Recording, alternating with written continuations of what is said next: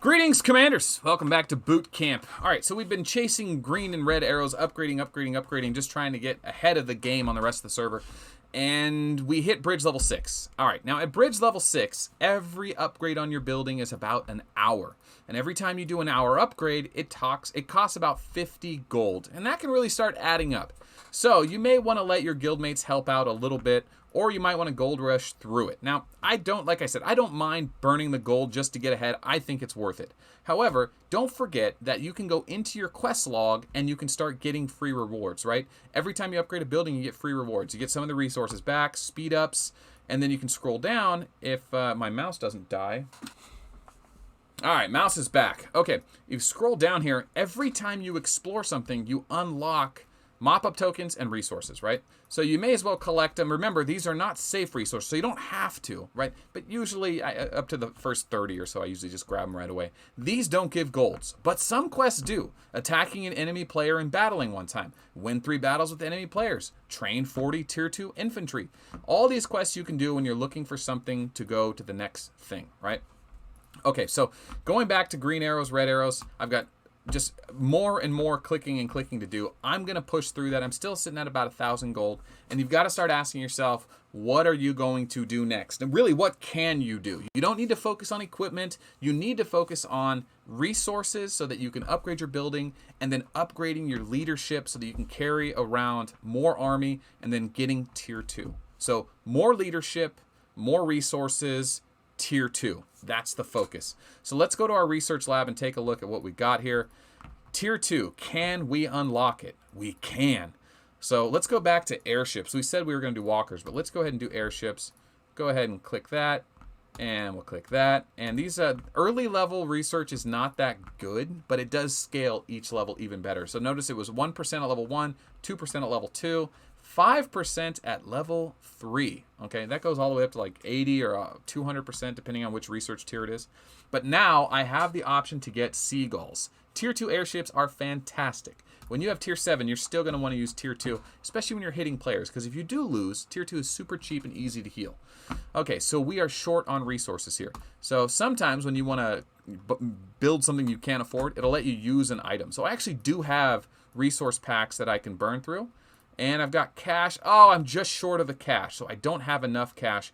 I can force it by paying 100 gold. I never recommend doing that. I never do it on my main account. I don't think ever. So I'm going to go ahead and take the whatever free stuff they're willing to give me. So I've got quests I can collect on. None there. Daily exploration. Now, these are something you're going to do all the time as you get into higher levels. But you really need levels. You need to level your commanders and have leadership to even do them, which is something that won't be a problem in the future, but on a level 1 account, it actually is definitely a problem. So I can't even do this one. I need to level up my commander. So it's just a bit of a distraction at this point. I need to get cash. I need to get cash so that I can build that tier 2 research, and that really opens the doors. After the tier 2 research is open, I could start building tier 2 troops. I could start exploring for more magazines. I could start bumping my commander leadership way up, and I could start pillaging players and start getting much more resources from empty arcs or arcs smaller than mine. And every time you hit a player, you literally get like 100,000 to 400,000 resources, depending on how big your army is. And let's calculate what that means, because a lot of new players especially don't understand how pillaging works. And I think that's the best way to end this video. So when you want to attack a player, let's just say, let's attack a monster. This is just on the map. You get gold for killing monsters for the very first time. After you kill them for the first time, you can get them to drop loot. Okay, the loot's not that good. You'll see it on the Tuesday event. Let's just focus on the monster level 2 right now. Now, if I click, March pillage, whatever, it doesn't tell me what my pillage amount is, because this enemy doesn't have resources. So this player here is unshielded. I could attack him. So it says, if you attack or scout, you will break your 1 week shield. The first shield you get is a free week shield, I think. A week or 5 days.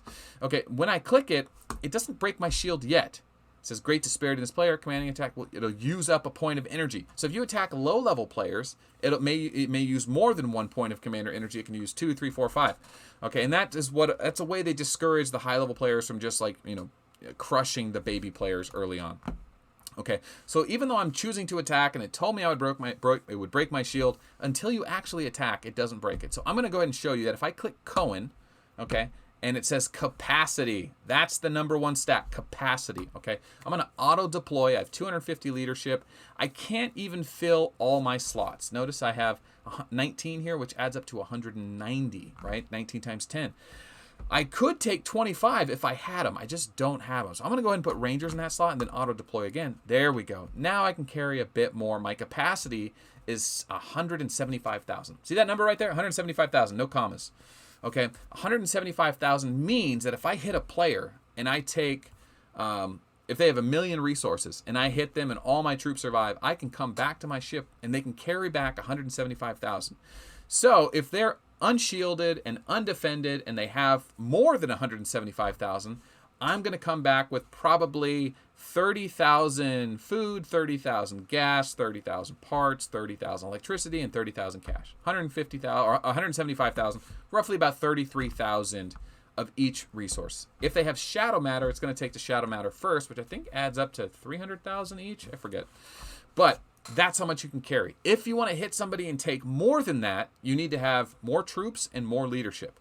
Tier 1 or Tier 12 doesn't matter. They all carry about the same. In fact, lower tier actually I think does carry more, but it's marginal. It's not that big of a deal.